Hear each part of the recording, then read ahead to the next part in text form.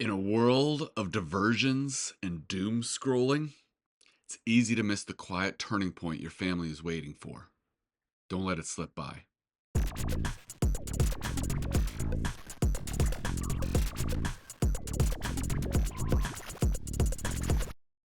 Family chaos, don't miss what God is doing.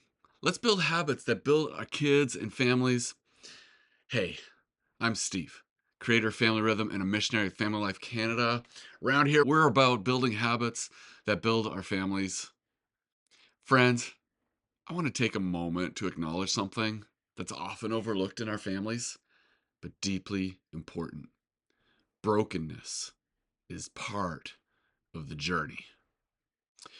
In the family rhythm circle or the redemptive narrative, the start is about right relationship. Then, not long after, the good relationship with God is broken. Relationship broken.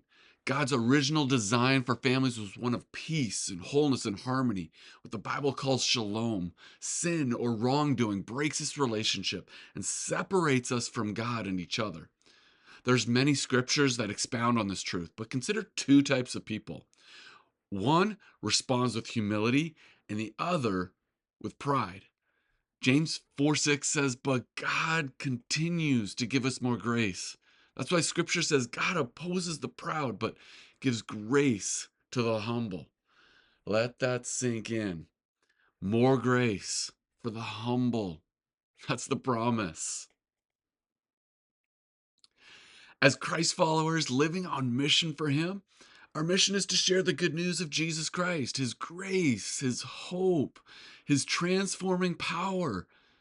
But to get there, we have to be frank about the bad news too, about the pride, the sin, the brokenness that separates us from God. And you know what? Nowhere is that more visible than in marriage, parenting, and family. These relationships have a way of revealing our deepest flaws and our deepest need for Jesus.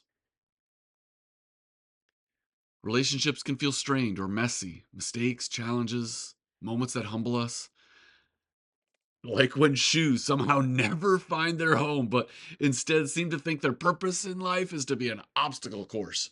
Or when getting an infant into the car seat feels much more like a wrestling match. Many aspects of brokenness are out of our control. However, learning to become humble and empathetic does great wonders in our home. Here's the hope. Recognizing our brokenness isn't the end of the story. It's the beginning of something new. When we choose humility, when we admit that where we fall short, God meets us there with grace and healing and restoration. Here's your parenting action step. Practice humble repair. This week, look for one moment where you lost patience, spoke harshly, missed your child's emotional need. Take time to go back and repair it. Sit with them. Name what happened. I was frustrated and spoke too quickly. Model humility by sincerely asking forgiveness. Please forgive me. I need God's help to slow down and listen when I'm upset. Then affirm your love. This is where healing and transformation for the brokenness begins. Let's keep walking this road together with humility, with confidence that God's grace will meet us at every step. Thank you for your faithfulness to your family. God is doing His reconciling work in us, through us, together. Hey, as I seek to grow this channel, would you do me a huge favor and subscribe? It would mean so much. At Family Life Canada, we're passionate about helping families just like yours discover Jesus' help and hope.